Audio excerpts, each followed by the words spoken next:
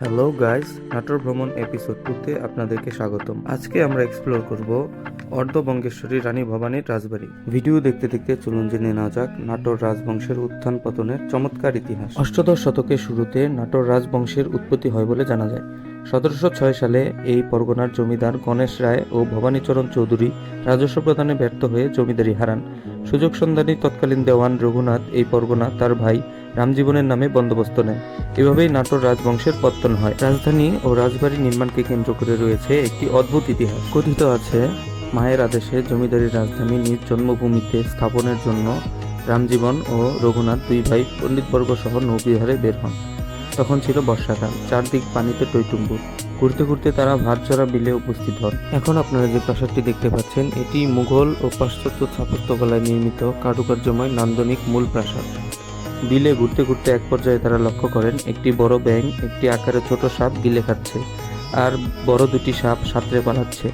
পণ্ডিতবর্গ এই স্থানকে রাজধানী নির্মাণের জন্য উপযুক্ত বলে রায় দেন। প্রাচীন ভারতীয় লোককথা মতে সাপ হচ্ছে ভয় বা অজানা শক্তি, আর ব্যাঙ প্রকৃতিগতভাবেই দুর্বল প্রাণী, অর্থাৎ ছোট বা দুর্বল শক্তি বড় বিপদকেও হারাতে পারে। পণ্ডিতদের পরামর্শে রামজীবন ও রঘুনন্দন ভাতজরা বিলে রাজধানী স্থাপনের জন্য মনস্থির করেন। তবে ভাতজরা বিলটি ছিল পুঠিয়া জমিদার দর্পনারায়ণের সম্পত্তি। দুই ভাই রাজা দর্পনারায়ণের নিকট বিলটি রায়তি সত্ত্বে পত্তনের আবেদন করেন, অর্থাৎ সহজ ভাষায় জমিটি ইজারার জন্য আবেদন করেন। কিন্তু নতুন জমিদারদের জন্য রাজা দর্পনারায়ণ তার উদারতা প্রদর্শন করেন এবং ব্রহ্মোত্তর দান করেন। পরবর্তীতে বিলে বড় দিঘি, পুকুর ও চৌকি খনন করে রাজধানী স্থাপনের জন্য জায়গা উঁচু করে ও সমতল করে 1706 থেকে 1710 সালের মধ্যে রাজবাড়ি নির্মাণ করেন এবং এই স্থানের নাম দেন নাট্যপুর। এই নাট্যপুরে পরবর্তীতে আমলা, প্রজা, কর্মচারী, হাট বাজার মিলে শহরে পরিণত হয়। লোকমুখে পরিবর্তিত হয়ে নাট্যপুর হয়ে যায় নাটোর। এর পরের ইতিহাস আমরা এপিসোড 1-এ জেনেছি। এবার চলুন আজকের মূল চরিত্র রানী ভবানী সম্পর্কে জেনে নিই। বগুড়ার আদমদিঘি উপজেলার সাতিয়ান গ্রামের জমিদার আত্মারাম চৌধুরী ও পত্নী জয় দুর্গা দেবী ছিলেন নিঃসন্তান। কথিত আছে, স্বপ্নে আদিষ্ট হয়ে জমিদার তার বাড়ির অদূরে নির্জন পুকুর পাড়ে সাধনা শুরু করেন।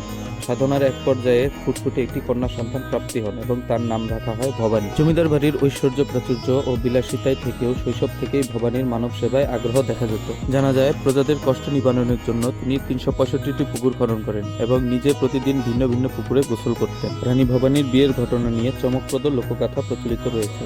রাজা রামকান্ত একবার শিকারে বের হন। ঘটনাক্রমে ছাতিয়ান গ্রাম অতিক্রমকালে ভবানী পূজার জন্য ফুল তুলতে গেলে অপরূপ চেহারার এক ঝলক দেখেই রাজা মুগ্ধ হন। রাজা রামকান্ত তাকে বিবাহের আগ্রহ প্রকাশ করলে খোঁজ নিয়ে জানা যায় অপরূপা রমণীর পিতা অত্র পরগনার জমিদার আত্মারাম চৌধুরী। রাজা রামকান্তের তখন বিশাল জমিদারি, আর আত্মারাম চৌধুরীর জমিদারি তুলনামূলক ছোট। আত্মারাম প্রস্তাবে রাজি হল। তখন ভবানীর বয়স মাত্র 13 বছর। কম বয়স হলেও ছিলেন অত্যন্ত বিচক্ষণ ও বুদ্ধিমতী।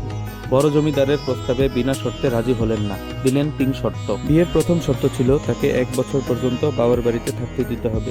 দ্বিতীয় শর্ত হচ্ছে বাবার বাড়ির দরিদ্র কৃষকদের জমি দান করতে হবে। সর্বশেষ ও আশ্চর্য শর্ত হচ্ছে বাবার বাড়ি থেকে নাটোর পর্যন্ত পাকা রাস্তা নির্মাণ করে লাল শালু কাপড়ে ঢেকে দিতে হবে।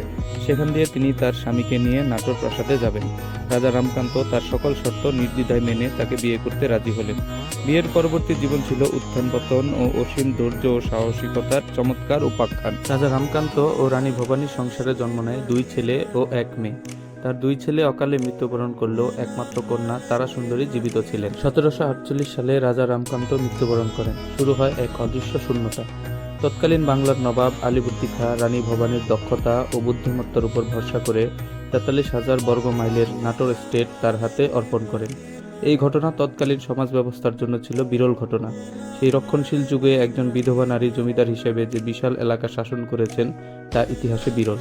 বলা হতো, হিমালয়ের পাদদেশ থেকে বঙ্গোপসাগর পর্যন্ত তার রাজ্য বিস্তার ছিল। এই জন্য তাকে অর্ধবঙ্গেশ্বরী উপাধি দেওয়া হয়। 1748 সাল থেকে 1802 সাল পর্যন্ত দীর্ঘ 54 বছর বিশাল জমিদারি চালিয়ে অবশেষে 79 বছর বয়সে গঙ্গার তীরে ইহলোক ত্যাগ করেন। আজকের মতো এখানেই শেষ হচ্ছে। দেখা হচ্ছে পরবর্তী ভিডিও এপিসোড 3 পুঠিয়া জমিদার বাড়িতে।